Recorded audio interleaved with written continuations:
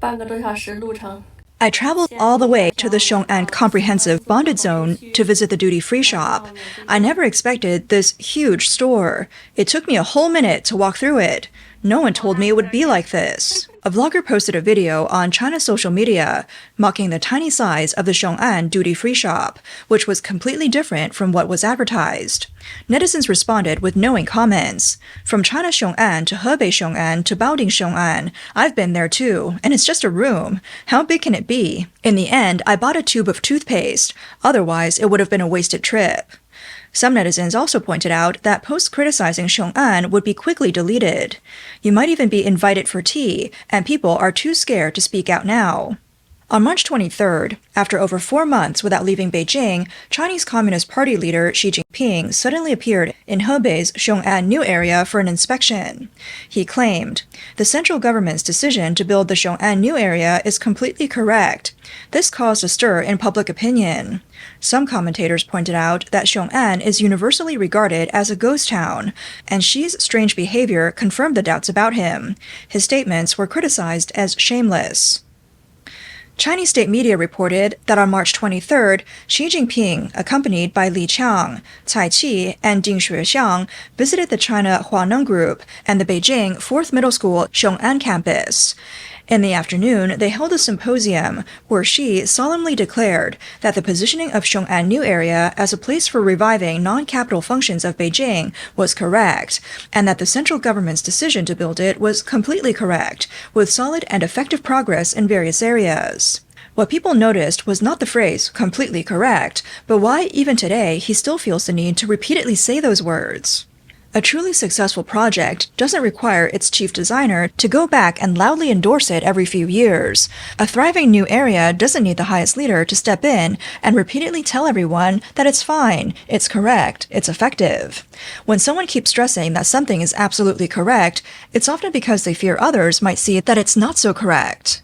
Xiong'an has never been just a regular new area. It wasn't built for the market or for people's livelihoods. It's a super political project tightly bound to personal authority. In other words, it's not just a city, but a brand elevated to a sacred altar. A sign that can't fall, collapse, or be questioned. Anyone who questions Xiong'an isn't just questioning urban planning. They're questioning the person who made the decision. So today, when Xi Jinping defends Xiong'an, on the surface, it's about defining the new area. But in reality, it's about saving face. What's especially worth noting is that this isn't the first time this has been arranged. In May 2023, Xi Jinping took the same few standing committee members to Xiong'an. At that time, the 20th National Congress of the Communist Party had just ended, and the power structure was reshuffled. Xi Jinping had just been solidified in power, and he took his trusted team to Xiong'an. The two visits were to the same place, with similar arrangements, but the background has completely changed. 3 years ago, it seemed like a display of power. Now it seems more like patching up cracks. For Xi Jinping, the Xiong'an brand has become too heavy. So heavy that it's not just about development, but about the safety of his political life. Xiong'an New Area was officially established on April 1st, 2017, and it's almost been 9 years. For an area that was once called a millennial plan, a national priority, 9 years is not short. According to the original Grand Vision, it was supposed to take on Beijing's non-capital functions, move a large number of government agencies, enterprises, and people there, and become a city of the future. A model city, a demonstration city. But 9 years later, what stands out is not prosperity, but emptiness. The China Huaneng Group that Xi Jinping visited this time was indeed one of the first state-owned enterprises to move there. The Beijing 4th Middle School Xiong'an campus is also a key project, built with turnkey assistance. But the problem is right here. A new area has developed to this point, and it still repeatedly showcases first batch, model, and key projects, which means nothing has developed past the first initial push. Last year, the government said the construction of headquarters for the first batch of 4 central enterprises was progressing smoothly, and the second batch of 4 had all begun. It sounds lively, but leadership still needs to repeatedly emphasize that it can't just be paper relocation, it can't be disguised return, and it needs to move if it needs to move. When these words are said, the meaning is very clear. Some people are unwilling to move, some are dragging their feet, some are moving in name but actually staying, and some are relocating with one hand while adding new positions with the other. Otherwise, why the need for special warnings? The more it's emphasized, the more it shows that resistance really exists. In government, documents can be passed layer by layer, banners can be hung on the streets, but when it really comes to affecting people's lives, children's education, and medical resources, people start to hesitate. In the end, the biggest problem Xiong'an faces has never been being built too slowly, but the people's reluctance to go there. A local resident in Hebei put it bluntly. The government took the land and promised to arrange jobs for the locals. Some guard the gates, some clean, and those with more ability get other positions. But in the end, Xiong'an doesn't really have much to offer. A city doesn't live by blueprints, it doesn't breathe by slogans, and it certainly doesn't automatically gain a soul just because a leader visits. A city needs life, it needs convenience, opportunities, hospitals, schools, business districts, and a sense of the future for ordinary people. Without these, no matter how beautiful the buildings are, they'll all quickly become ruins. Some people originally thought that the sudden appearance of top officials this time would bring new policies or new resources. But after looking closely, it turned out to be the same old rhetoric. In the end, it seemed more like a preemptive measure to soften the blow of unfinished developments. The reactions online are interesting. Someone said that to truly judge whether Xiong'an is good or not, just do one thing. Let the people in China's top leadership move there to live. Would they be willing? It's a sharp remark, but it's quite accurate. What's more striking is the emptiness on the ground. While searching for Xiong'an on the internet, there's plenty of praise, since today's internet world is full of unified narratives. But sometimes the camera is more honest than words. In many videos, the streets are shockingly wide, the buildings gleam like new, and the views are as clean as freshly unwrapped models. But what's missing is people. The hustle of shops, the sounds of children getting off school, the elderly buying groceries, these are the basic energies of a city. It looks like the future, but living there feels like being in a specimen. The situation with universities is quite similar. Several Beijing universities' campuses in Xiong'an have started construction. The building area looks impressive, and the plans sound grand, but the actual completion rate is low. What's more crucial is that while buildings and schools can be constructed, the hearts of teachers and staff aren't built of concrete. There's been talk that Beijing teachers who are supposed to move to Xiong'an are unwilling to go. The reason isn't complicated. Their homes are in Beijing. Their children are in Beijing, and their healthcare resources and networks are in Beijing. Moving away from a city is never as simple as just changing an office location. It's uprooting an entire life built over many years. Someone who works within the university system put it plainly. Xiong'an's appearance is indeed new, the transportation isn't bad, and there are convenience stores and supermarkets, but there's no real life there. To get to the supermarket, you have to walk a long way. For major health problems, you have to go back to Beijing. The school required staff to work at the branch campus, but many people don't want to go. So they were threatened. If you don't go, your labor contract will be terminated. Later, they reassured people that they could rotate every 2 or 3 years. By this point, the answer is clear. If it truly were desirable. So the most awkward thing about Xiong'an today isn't that the buildings aren't tall enough or the roads aren't wide enough. It's that the grander it becomes, the more it exposes a sense of unreality. Some analysts believe that Xi Jinping's visit to Xiong'an is due to the fact that since he came to power, he has overseen several major unfinished projects, and this is his last do-or-die project, and he can't afford to fail. Since taking office, Xi Jinping has emphasized top-level design and concentrating forces on big tasks. He launched several national-level projects aimed at shaping the Chinese dream. These projects are often personally driven, such as Xiong'an's Millennial Plan and the Silk Road Revival under the Belt and Road Initiative. However, data from 2025 shows that these projects, which involve trillions in investment, are accompanied by soaring debt, international isolation, and inefficient execution. On the X platform, the term Xi Jinping's unfinished vanity projects frequently appears, with netizens mocking him by saying everything he touches turns to failure. Here are some typical examples, with Xiong'an being just the first. 1. Xiong'an New Area.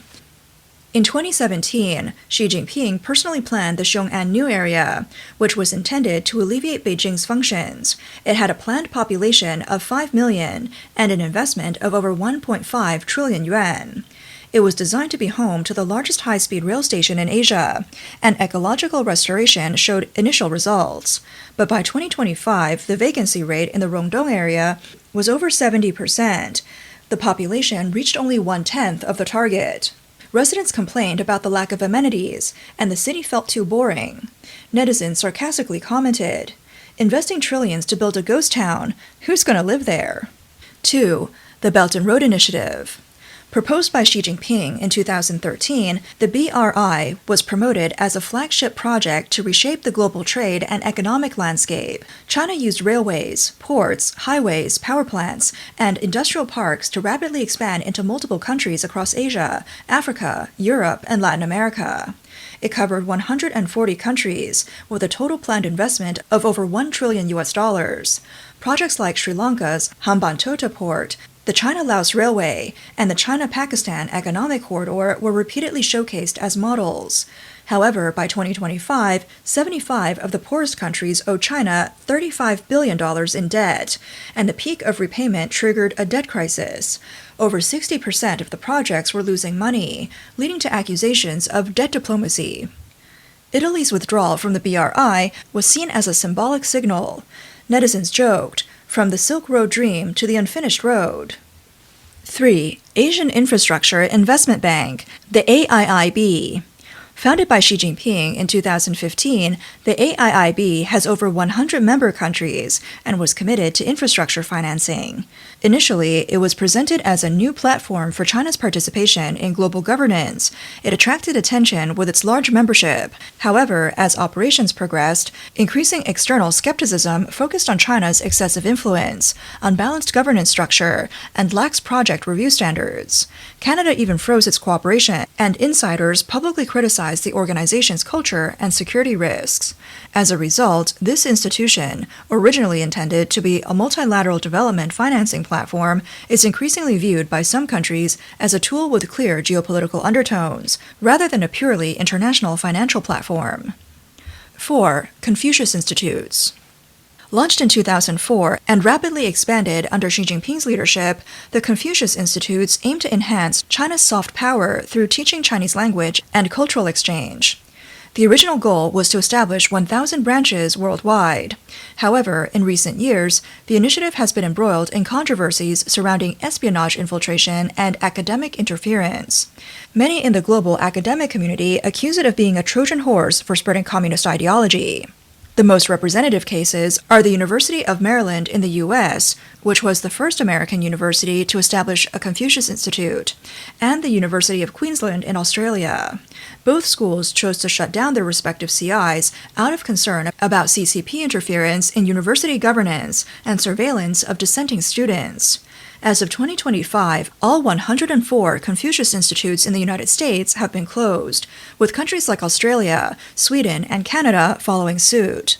More than half of the Confucius Institutes worldwide are now out of operation, signaling a major setback for the program and reflecting heightened awareness in Western countries about China's educational influence. 5. The Thousand Talents Program. The Thousand Talents program, initiated in 2008 and strengthened by Xi Jinping, was promoted as a strategy to attract high-level overseas talent back to China. However, in recent years, it has evolved into a global espionage scandal, with countries discovering that the plan's true purpose was to steal technology and intelligence through infiltration. By 2025, the U.S. had fully escalated its ban on the plan, and several researchers were embroiled in legal scandals for concealing their participation and illegally transferring data to China. What was once seen as an academic bridge has now become a counterintelligence target, severely damaging the careers of those involved and creating a long-term crisis of trust in Western countries. Both the Thousand Talents Plan and the Confucius Institutes are seen as two of the CCP's most long-standing and crucial infiltration projects, with Xi Jinping being credited with dismantling them during his tenure. 6. Chip localization. As a core part of the Made in China 2025 initiative, chip localization has seen investments over 2 trillion yuan since 2014. Leaders like Huawei spearheaded its push. However, by 2025, due to severe U.S. sanctions and technological barriers, China's chip self-sufficiency rate remains at just around 20%, and advanced processes below 7 nanometers are severely hindered. The development of Huawei's AI chips has also been delayed due to the export ban. While there have been some breakthroughs in certain areas, the overall industry still struggles to overcome the gap in high-end technology, falling into a stagnant situation where the race to catch up has encountered significant obstacles. 7. Domestic aircraft. The C919 domestic aircraft project, launched in 2008, has been closely followed by Xi Jinping. He has placed great expectations on it, aiming to challenge the dominance of Boeing and Airbus. However, by 2025, the project has faced serious delivery setbacks, with only 5 aircraft actually completed. As trade tensions have intensified, the supply chain for critical components faces the risk of disruption, and the European Union Aviation Safety Agency certification has been delayed by up to 3 to 6 years. Although orders have increased, they are mostly achieved through domestic subsidies to airlines. Without international certification and a reliable supply chain, the C919 still struggles to enter the global mainstream aviation market. It can be said that the much-hyped domestic aircraft under Xi's leadership has ultimately become another unfinished project. In 2018, Xi Jinping personally upgraded the Hainan Free Trade Port, aiming to build a free port that would surpass Hong Kong through duty-free shopping and tourism. However, by 2025, Hainan's GDP growth has far underperformed expectations.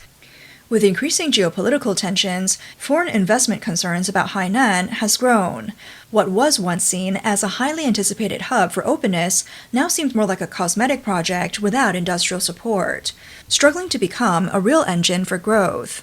The so-called free port has become a ghost port. Of course, Xi Jinping's unfinished projects don't stop there. He actually has one final project that's bound to end in failure, yet he continues to push it desperately. That is, the invasion of Taiwan, in an attempt to extend the life of the CCP.